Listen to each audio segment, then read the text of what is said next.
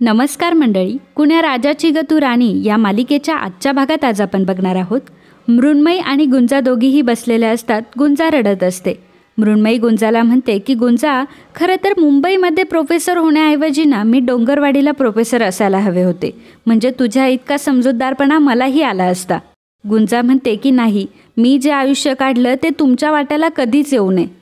मृण्मयी म्हणते की मला एक प्रश्न आहे ग, मी कबीरकडून ऐकलं होतं की एक गावगुंडा तुझ्यासोबत जबरदस्तीने लग्न करत होता, तेव्हा तुझ्या घरचे काहीच म्हटले नाही का? आणि बुध्याचा तो प्रसंग गुंजाला जसाचा तसा आठवायला लागतो.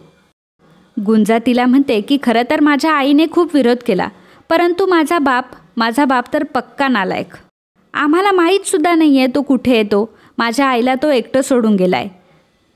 मृण्मयी ताई, तुम्ही खरंच खूप नशीबवान आहात की तुम्हाला असे वडील मिळाले, परंतु माझ्या आयुष्यात तसे वडील नाही आहेत. मृण्मयीलाही तिचं दुःख ऐकून रडायला येतं. मृण्मयी म्हणते की खरं तर गुंजा, मला तुला हर्ट नव्हतं करायचं ग. आणि मृण्मयी गुंजाला जवळ घेते. तर इकडे माया ही हॉलिडेचं तिकीट बुक करायला निघालेली असते. तेव्हा सर्वेश तिला विचारतो की तू का चालली आहेस तिकडे? माया त्यांना सांगते, आता कबीरचं आणि मृण्मयीचं लग्न झालंय ना, हनीमून तिकीट मी बुक करायला चालली आहे आणि मी हे सुद्धा ठरवलंय की ते हनीमूनला कुठे जाणार आहेत. सर्वेश म्हणतो की अगं लग्न त्यांचं झालंय, एकदा कबीरला विचारून तर घेशील. माया त्याला म्हणते की तो कोण गेलाय साहेब लागून, त्याला काय विचारायची गरज आहे, आणि मी हे त्यांच्यासाठीच तर करतीये ना. तेव्हा सर्वेशची आई मायाला म्हणत असते की माया, अगं असं वागूनही नाही चालत ग. मुलीच्या संसारामध्ये एवढीही डवळाडवळ करू नये. आता ती जर पाण्यात पडली आहे तर पोहायला सुद्धा शिकेल. तू कशाला तिच्या संसारामध्ये एवढे ढवळाढवळ करतीयस? परंतु माया कोणाचं ऐकेल तर ती माया कुठली, नाही का? ती ह्या दोघांचं काही ऐकत नाही आणि तिथून जाते.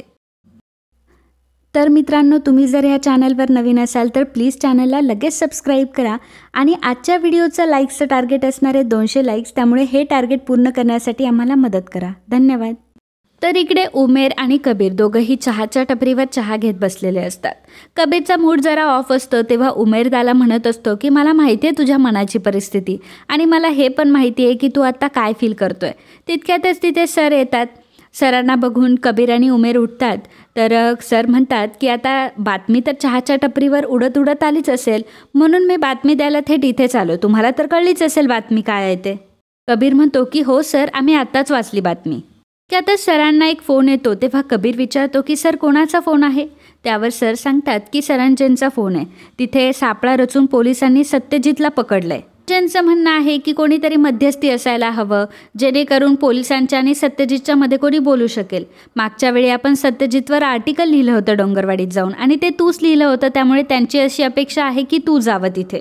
परंतु सर म्हणतात की मला असं वाटतं की आता इथे उमेरवर सुद्धा कामाचा खूप लोड आहे, आणि तुझं पण आत्ताच लग्न झाले, त्यामुळे आपण इथे जायचंच नाही, आपण कॅन्सल करून टाकूयात. तेव्हा कबीर म्हणतो की सर असं करू नका, तुम्ही सांगा त्यांना, मी जायला तयार आहे तिकडे.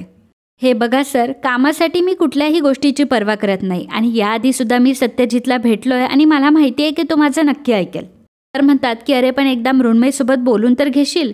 कबीर म्हणतो की नाही, कामासाठी मी एकटा होतो आणि एकटाच राहील. सर म्हणतात की ठीक आहे कबीर, मग मी कोळपकरांसोबत बोलून घेतो. सर तिथून निघून गेल्यावर उमेर कबीरला विचारत असतो की अरे कबीर, काय करतोयस तू? जिथे मी गुंजाला पुन्हा एकदा डोंगरवाडीला नेऊन सोडू शकतो. मला सुद्धा आता डोंगरवाडीला जावंच लागेल, असं आता कबीरने उमेरला सांगितलेलं असतं. तर इकडे मधू टेबलवर काहीतरी मिरच्या कुटत असते. विजया तिला म्हणत असते की अगं टेबलवर कशाला कुटते, नाही तर टेबल जाईल तुटून. तितक्यातच गुंजा आणि मृण्मयी तिथे येतात. तेव्हा मधू मृण्मयीला म्हणते की काय मग, झाल्या का डोंगरवाडीच्या गप्पा पूर्ण? मृण्मयी म्हणते की हो झाल्या. ॲक्च्युली आज तू मला खूप वाईट वाटतंय की आम्ही तिथे गप्पा मारत बसलो आणि तू इथे काम करत बसली आहे, दे बरं ते माझ्याकडे. तर गुंजा म्हणत असते की नाही तुम्ही अजिबात हे कामं करायची नाही, मी आहे ना हे सगळे कामं करायला. तर मधू मृण्मयीला म्हणत असते की अगं मृण्मयी, तुझं आताशी लग्न झालं आहे, हळूहळू शिकशील तू सगळी कामे, कशाला एवढं कामाचं टेन्शन घेते. आता तुझं लग्न झालं आहे तर तुम्ही 4 दिवस कुठेतरी फिरून या.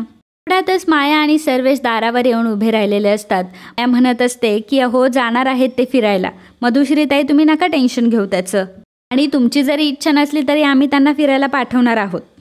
मृण्मयी म्हणत असते की मम्मा, अगं तू असं काय म्हणतेस? इथं सर्वजण माझी खूप काळजी घेतात आणि गुंजा तर जास्त काळजी घेते.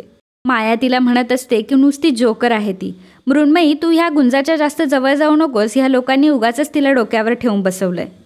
तर मधू मायाला म्हणत, मी इथे बोलतच होतो आणि तुम्ही तयारीसुद्धा केली? माया म्हणतात की मधुश्रीताई, अहो बोलायला कुठे पैसे लागतात, परंतु तयारी करायला पैसे लागतात. वहिनी म्हणतात की अगं बाई हो का, मग काय तयारी केली तुम्ही एवढी? तुम्ही चंद्रावर पाठवणार आहात की मंगळावर पाठवणार आहात? माया म्हणत असते की मी माझ्या मृण्मयीला स्वित्झर्लंडला पाठवणार आहे. वहिनी म्हणते की हा ते जातील तेव्हा जातील, परंतु तिथे राहण्याचा आणि पिण्याचा साधारणतः किती खर्च येत असतील? माया हसायला लागते आणि म्हणते की अहो विजयाताई, त्याला पॅकेज म्हणतात, 10 लाखाचं पॅकेज असतं ते. त्या म्हणते की हो का, आम्हाला नाही परवडणार बाई एवढ्या लांब फिरायला जाणं. माया म्हणत असते की आम्ही करणार आहोत खर्च, तुम्हाला काही गरज नाही आहे टेन्शन घेण्याची. तिथे कबीर येतो आणि कबीर मायाला विचारतो की माया मामी कुठं पाठवणार आहात आम्हाला आता? माया म्हणते की मी तुझं आणि मृण्मयीचं तिकीट बुक केलं आहे, तुम्ही दोघंही स्वित्झर्लंडला जाताय फिरायला. कबीर म्हणतो की मी नाही जाऊ शकत. माया आता कबीरकडे बघू लागते.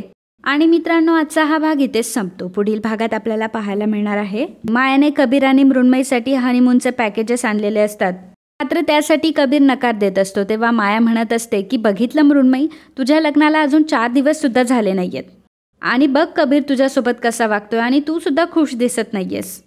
काहीतरी प्रॉब्लेम नक्कीच आहे तुमच्यामध्ये. तेव्हा मृण्मयी म्हणते की मी कबीरसोबत बोलून बघते एकदा. ती कबीरला म्हणत असते की कबीर, अरे तू असं का वागतोयस? मम्मा एवढं म्हणतीये तर आपण जाऊन येऊयात ना. कबीर म्हणतो की अगं मी नाही येऊ शकत, मला नाही जमणार. तेव्हा मृण्मयी त्याला विचारते की तुला कुठे जायचंय? कबीर म्हणतो की मी डोंगरवाडीला निघालोय. आता हे ऐकल्यावर सर्वांना मोठा धक्का बसतो, तर सगळ्यात मोठा धक्का बसलेला असतो तो गुंजाला. तर मित्रांनो, असेच कुण्या राजाची ग तू राणी या मालिकेचे डेली अपडेट बघण्यासाठी आत्ताच आपल्या चॅनलला सबस्क्राईब करा. आणि आजचा हा भाग तुम्हाला आवडला असेल तर व्हिडिओला लाईक आणि कमेंट करायला अजिबात विसरू नका. धन्यवाद.